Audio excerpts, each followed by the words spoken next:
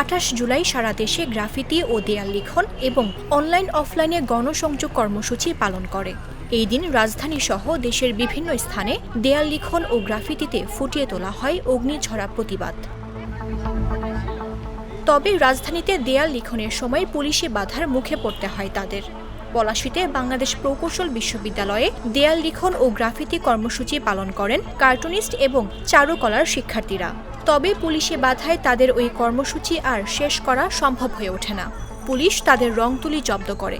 এছাড়াও চট্টগ্রাম বিশ্ববিদ্যালয়, সিলেট শাহজালাল বিজ্ঞান ও প্রযুক্তি বিশ্ববিদ্যালয়, ইস্ট ওয়েস্ট ইউনিভার্সিটি সহ দেশের বিভিন্ন স্থানে দেয়াল লিখন ও গ্রাফিতি করা হয়।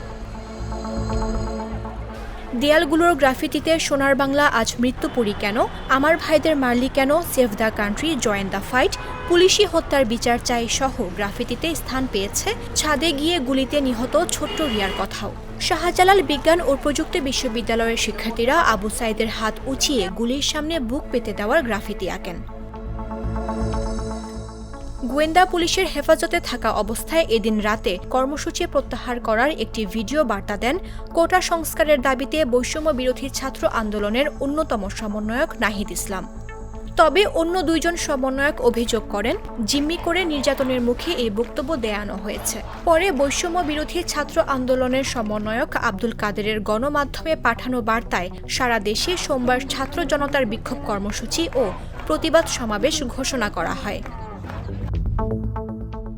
ডিবি হেফাজতে থাকা সমন্বয়কদের কয়েকজনের পরিবার মহানগর গোয়েন্দা পুলিশের কার্যালয়ে গেলেও তাদেরকে পরিবারের সাথে দেখা করতে দেয়নি। এদিন ভোরে কোটা সংস্কার আন্দোলনের আরেক সমন্বয়ক নুসরাত তাবাসসুমকে ডিবি হেফাজতে নেওয়া হয়। রোববার ভোরে আটক করা হয় নুসরাতকে। মিরপুরের একটি বাসার গেট ভেঙে তাকে ধরে নিয়ে যাওয়া হয় বলে পরিবারের পক্ষ থেকে অভিযোগ করা হয়। দেশে মোবাইল ফোনে ইন্টারনেট সেবা 10 দিন বন্ধ থাকার পর 28 জুলাই চালু করা হয়। তবে ফেসবুক, হোয়াটসঅ্যাপ, টিকটক সহ বিভিন্ন সেবা বন্ধ রাখা হয়। বিকেল 4টা থেকে বৈষম্য বিরোধী ছাত্র আন্দোলনের সমন্বয়কদের তুলে নেয়ার প্রতিবাদে জাহাঙ্গীরনগর বিশ্ববিদ্যালয়ে শিক্ষক ও শিক্ষার্থীরা সমাবেশ বিক্ষোভ করে। তারা অবিলম্বে বৈষম্য বিরোধী ছাত্র আন্দোলনের বিশ্ববিদ্যালয় শাখার অন্যতম সমন্বয়ক আরিফ সোহেলকে মুক্তির দাবি জানায়। রাত 11টার দিকে সমন্বয়কদের জিম্মি ও নির্যাতন করে বিবৃতি দেয়ানোর প্রতিবাদে পরদিন 29 জুলাই আবারও রাজপথে আসার ঘোষণা দেয় দেশের প্রায় সকল বিশ্ববিদ্যালয় ও ঢাকার বিভিন্ন কলেজের শিক্ষার্থীরা। এক্ষেত্রে দেশের সকল বিশ্ববিদ্যালয় থেকে শিক্ষার্থীরা সামাজিক যোগাযোগ মাধ্যমে বিবৃতি দেয়। এতে বলা হয় 9 দফা দাবি বাস্তবায়ন না হওয়া পর্যন্ত তারা এই আন্দোলন চালিয়ে যাবে। প্রায় 2 দিন গোয়েন্দা হেফাজতে থাকার পর এদিন রাতে একটি খাবার টেবিলে তাদের সামনে খাবার দিয়ে ছবি তোলেন ঢাকা মহানগর গোয়েন্দা পুলিশের অতিরিক্ত কমিশনার হারুনুর রশিদ। এছাড়াও কোটা সংস্কার আন্দোলনকে কেন্দ্র করে সহিংসতায় আহত পুলিশ সদস্যদের দেখতে রাজারবাগ কেন্দ্রীয় পুলিশ হাসপাতাল পরিদর্শন করেন তৎকালীন প্রধানমন্ত্রী। পরে তিনি সাম্প্রতিক সহিংসতায় আহতদের দেখতে বঙ্গবন্ধু শেখ মুজিব মেডিকেল বিশ্ববিদ্যালয়ে যান।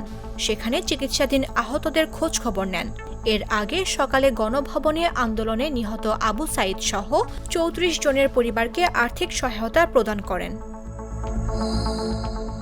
এদিকে সরকারি চাকরিতে কোটা সংস্কার আন্দোলনকে কেন্দ্র করে বিক্ষোভ, সংঘর্ষ, সংঘাত, ভাঙচুর ও অগ্নিসংযোগের ঘটনায় সারা দেশে আইন শৃঙ্খলা রক্ষাকারী বাহিনীর গ্রেফতার অভিযান অব্যাহত থাকে।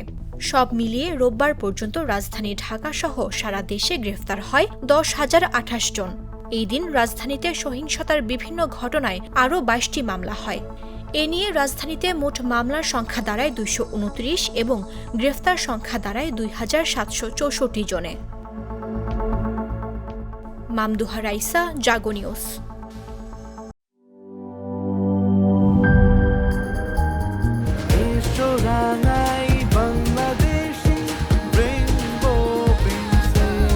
রেইনবো পেইন্টস, ছড়াও জীবনের রং।